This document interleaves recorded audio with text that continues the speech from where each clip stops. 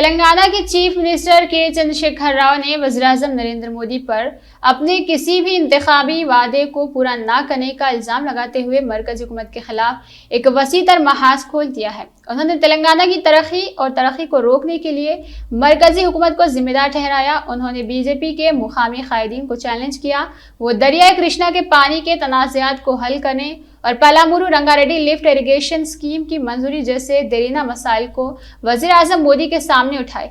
गुज़िश्ता 8 सालों के दौरान 100 से ज़ायद दरख्वास्तें दायर की गई, लेकिन वज़ीर-ए-आज़म उन्हें क्लियर करने में नाकाम रहे।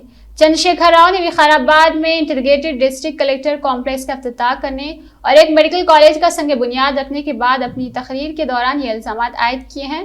उन्होंने कहा कि तेलंगाना के बीजेपी कायदीन में रियासत के मसाइल को उठाने और वज़ीर-ए-आज़म के सामने पेश करने की हिम्मत ही नहीं है। वज़ीर आला ने कहा कि यौम आज़ादी के मौके पर वज़ीर-ए-आज़म के कौम से खिताब से लोगों को बहुत सी तवक्कुआत थी, लेकिन कोई खास ऐलान नहीं हुआ और उनकी तकरीर में कोई हकीकत नहीं थी। उन्होंने कहा कि बीजेपी के दौर हुकूमत में महंगाई बढ़ रही, बेरोजगारी पर तवज्जो नहीं दी जा रही और मुआशी तरक्की रोज बरोज गिर रही है। ये मरकजी हुकूमत को मुस्तरद करने और एक ऐसी हुकूमत को मुंतखब करने का वक्त है जो आवाम की फलाह बहबूद के लिए काम करती हो। चंद्रशेखर राव ने इस बात की निशानदही करते हुए कहा कि फलाही स्कीमों और जामे तरक्की को नाफिज करने के मामले में कोई दूसरी रियासत तेलंगाना का मुकाबला नहीं कर सकती।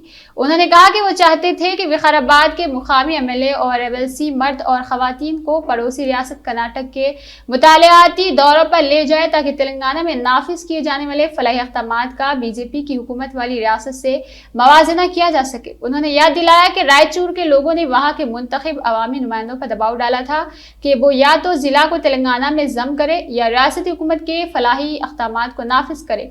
चंद्रशेखर राव ने कहा कि माजी में लोग अपनी रियासतों में 1 एकड़ जमीन बेचते थे और तेलंगाना में आकर 3 से 4 एकड़ खरीदते थे, लेकिन अब रुझान बदल गया है। अब लोग तेलंगाना में 1 एकड़ बेचते हैं और दूसरी रियासतों में 3 से 4 एकड़ खरीदते हैं।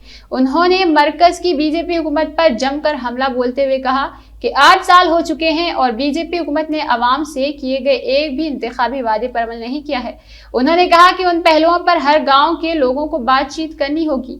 उन्होंने इल्जाम ऐड किया कि संगारेड्डी कॉलेज में 4000 रुपए फी टन कोयला दस्तियाब होने के बावजूद रियासतों से कहा जा रहा कि वो इंडोनेशिया और ऑस्ट्रेलिया से कोई कोयला खरीदे जिस पर फी टन तकरीबन 30,000 रुपए अखराजात लागू होते हैं। उन्होंने कहा कि ये सब कुछ गरीबों की फलाह बहबूद की कीमत पर कॉर्पोरेट कंपनियों को फायदा पहुंचाने के लिए किया जा रहा। लोगों को अक्लमंदी से सोचना होगा, किसी को ऐसी ताकतों के फरेब में नहीं आना चाहिए और इसके बजाय उनका पीछा करना चाहिए। उन्होंने मजीद कहा कि मुल्क की तरक्की हर गुजरते दिन के साथ खराब हो रही और ये वक्त मरकजी हुकूमत को गिराने का है। పాలమూరు రంగారెడ్డి పథకం ఇక్కడికి నీళ్లు రావాలి, కృష్ణానది నీళ్లు రావాలి, తెచ్చి ఇచ్చే బాధ్యత నాది. ప్రాజెక్టు పని మొదలు పెట్టాం, 100కు 100% తెచ్చి ఇస్తాం. దాన్ని ఆపిన వాళ్ళు ఎవరండి? ఇలా కృష్ణానది నీళ్లలో తెలంగాణ వాటర్ తేల్చమంటే తేల్చని వాళ్ళు ఎవరు?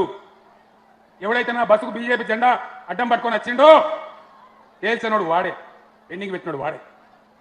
మీరు నిలదీయాలి. ఇడున్న బీజేపీ నాయకులకు దమ్ముంటే ఈ జిల్లాలో ఉన్న బీజేపీ అధ్యక్షునికో రాష్ట్ర అధ్యక్షునికో ఇంకో సన్నాసికో దమ్ముంటే పోవాలి ఢిల్లీలో. నీ కేంద్ర ప్రభుత్వం యొక్క దద్దమ్మ పని వల్ల, నీ కేంద్ర ప్రభుత్వం యొక్క తెలివి తక్కువ తనం వల్ల మేము మొదలు పెట్టుకున్న పాలమూరు రంగారెడ్డి ఆలస్యం అవుతా ఉంది. అందువల్ల మా వికారాబాద్ జిల్లాకు నీళ్ళు వస్తలేవు అని అడిగి తెచ్చే మొగోలు కావాలి. కేసీఆర్ బస్కు జెండాలు పట్టుకుని వచ్చుడు కాదు. మనకు పట్టుకోరా జెండాలు ఇవ్వా, జెండాలు తక్కువనాయా? ఇదా ఈ పనే చేయాల్సింది. అక్కడనేమో రాదు నోరు, అక్కడనేమో లాగు గడిచిపోతుంది. నరేంద్ర మోడీని చూడంగానే ఆడ మాటలు రావు. ఎందుకు అడుగుతలేరని నేను అడుగుతా ఉన్నా. ఎందుకు మాట్లాడతలేరు? మీరు కాదా తెలంగాణ ప్రజలు ఏ జెండా పట్టుకొని తిరగాలి? మీ ప్రధానమంత్రి ఏమో కృష్ణానది మన వాటా తేల్చకుండా 8 ఏళ్ల నుంచి దాదాపు 100 దరఖాస్తులు ఇచ్చినది.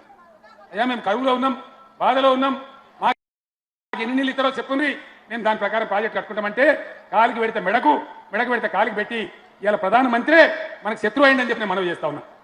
కేంద్ర ప్రభుత్వం యొక్క తెలివి తక్కువతనం వల్ల, నిర్ణయం తీసుకునే శక్తి లేని నిష్క్రియాపరత్వం వల్ల ఇక్కడ నీళ్ళు రావడానికి ఆలస్యం అవుతా ఉంది. అయినా కూడా కడతా ఉన్నాం. దాని మీద మళ్ళీ ఈ పార్టీలో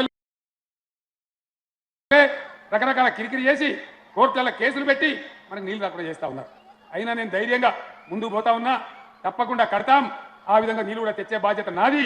వికారాబాద్, తాండూరు, పరిగి, చేవేల నియోజకవర్గాలకు బ్రహ్మాండంగా 4 లక్షల ఎకరాలకు నీళ్లు నేను తెచ్చి ఇస్తా, మీకు అప్పచెప్తా అని చెప్పి ఇక్కడ పొలాలలో కృష్ణానది నీళ్లు వారించి చూపిస్తా అని చెప్పి నేను మనవి చేస్తా ఉన్నా. ఆ రకంగా మనం ముందుకు పోవాలి.